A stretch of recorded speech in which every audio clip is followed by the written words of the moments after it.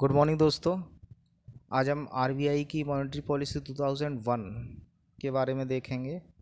इसमें हाल ही में गवर्नर शक्तिकांत दास जी ने रेपो रेट में बिना बदलाव के और रिवर्स रेपो रेट में बिना बदलाव के अपनी मॉनेटरी पॉलिसी के बारे में बताया है। तो गवर्नर शक्तिकांत दास जी ने मॉनेटरी पॉलिसी की घोषणा करते हुए उसमें बिना बदलाव के, जो कि रेपो रेट में और रेपो रेट में जो दर पुरानी थी उसी दर को रखा गया है। तो दर कितनी थी?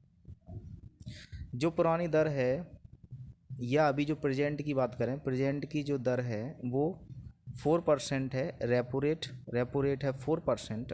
रिवर्स रेपो रेट है 3.35%। एमएसएफ या बैंक रेट है 4.25%। और सीआरआर 4% एंड एसएलआर 18%।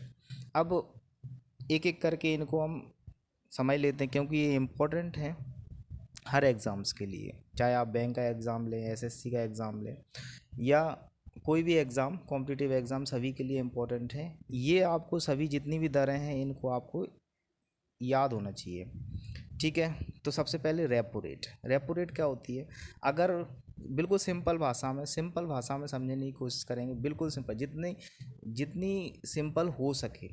तो इसमें सबसे पहले देखो, हम ग्राहक हैं बैंक के, तो हमारे पास पैसा, हमें अगर किसी बिजनेस को करने के लिए एक बड़े अमाउंट की ज़रूरत है तो हम कहाँ जाएंगे? बैंक के पास। ठीक है, बैंक के पास जाते हैं। अब मान लीजिए अगर कोई बड़ा अमाउंट है जो कि तो अपनी क्षेत्रीय बैंकों के पास इतना अमाउंट नहीं है, तो वो क्या करेगा? आरबीआई से कॉन्टेक्ट करेगा, आरबीआई के पास जाएगा। उस बैंक को आरबीआई लोन देगा, और जिस रेट पर लोन देगा वो होती है रेपो रेट। जिस रेट पर लोन देगा वो होती है रेपो रेट।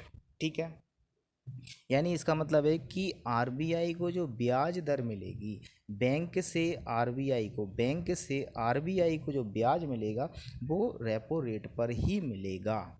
ठीक है, ये तो हो गया रेपो रेट। अब अगर मान लीजिए रिवर्स रेपो रेट क्या है? रिवर्स रेपो रेट में बैंक के पास अगर पैसा ज़्यादा है, वो बैंक अपना पैसा आरबीआई के पास रखती है। किस रूप में रखती है? सीआरआर के रूप में। सीआरआर 4% है। ये सीआरआर मैं अभी समझाऊंगा, उसमें आपको बता दूंगा क्यों रखती है। ठीक है, तो बैंक ने अपना पैसा रखा आरबीआई के पास। अब जो पैसा आरबीआई के पास रखा हुआ है उस पैसे पर बैंक को ब्याज मिलेगा, तो आरबीआई बैंक को ब्याज देगी। तो जिस रेट पर ब्याज देगी उसको हम रिवर्स रेपो रेट कहते हैं। इतना आया समझ में? ठीक है, तो अगर ये आ गया समझ में तो अब आपको आगे दिक्कत नहीं आएगी। तो रेपो रेट क्या होती है? रेपो रेट होती है जो बैंकें आरबीआई से लोन लेने जाती हैं वो रेपो रेट होती है। जिस रेट पर मिलेगा लोन वो रेपो रेट होती है। और बैंक अगर पैसा अपना आरबीआई के पास रखेगी तो, और जो रेट पर रखेगी उसको हम रिवर्स रेपो रेट कहते हैं। ठीक है, अब जैसे जो रेपो रेट जितनी है उसी पर तो आपने बैंक से लोन लिया है ना। तो 4% रेपो रेट है। जिस बंदे को ये लोन चाहिए था, बैंक ने 4% आरबीआई से लिया, आपको 4% से ज़्यादा में देगा। तो इसका मतलब ये हुआ कि रेपो रेट जितना कम होगा उतनी ही आपकी किस्त कम आएगी। इसीलिए जब भी हम व्हीकल वगैरह खरीदने जाते हैं, गाड़ियाँ वगैरह खरीदते हैं, तो रेपो रेट देखी जाती है। रेपो रेट अगर कम है तो आपको कम ब्याज दर पर लोन मिलेगा, बैंक आपको कम ब्याज दर पर लोन देगी।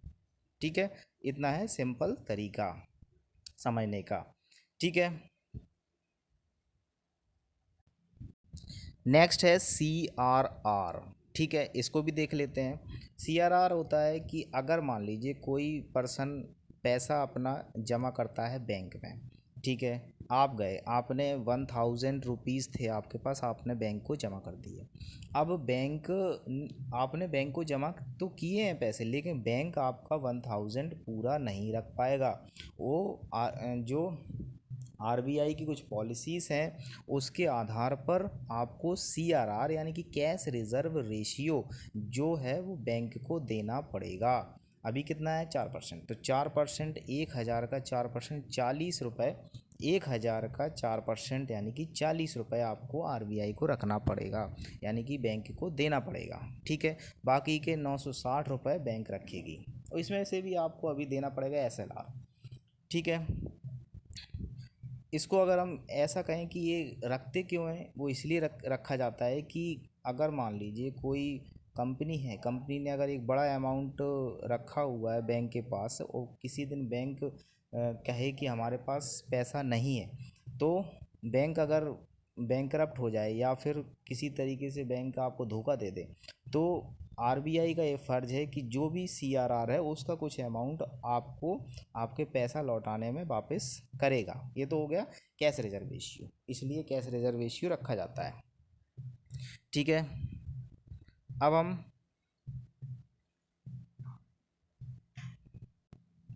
अब एसएलआर क्या होता है।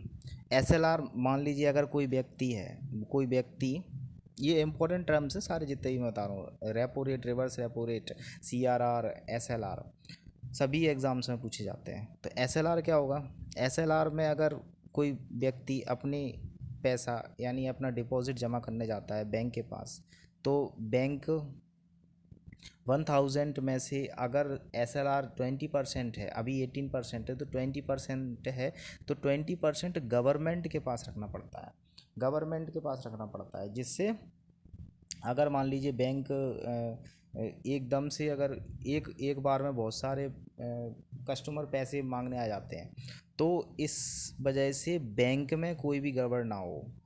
जैसे आज 10 लोग पैसे मांगने आ गए और बैंक के पास उतना पैसा नहीं है, तो इस एसएलआर का अमाउंट का यूज़ करके, एसएलआर अमाउंट का यूज़ करके इन 10 कस्टमर को बैंक सेटिस्फाई कर सकती है। ये होता है एसएलआर रखने का मतलब, जिससे कि बैंक में कोई भी हलचल या गड़बड़ ना हो पाए। ठीक है, अब आरबीआई के बारे में कुछ इम्पोर्टेंट फैक्ट जान लेते हैं। आरबीआई का हेड क्वार्टर मुंबई में है, आरबीआई का हेड क्वार्टर मुंबई में है। इसकी स्थापना 1 अप्रैल 1935 में हुई थी, और आरबीआई जो गवर्नर हैं अभी हाल ही में, वो शक्तिकांत दास जी हैं। ये शक्तिकांत दास जी हैं, ये इसका हेड क्वार्टर है आरबीआई का। ओके फ्रेंड्स, तो ये था जितना मैंने सरल हो सकता था मैंने समझाया आपको। आपको ये वीडियो पसंद आए तो प्लीज़ लाइक, शेयर और सब्सक्राइब ज़रूर करें। Okay, thank you all of you.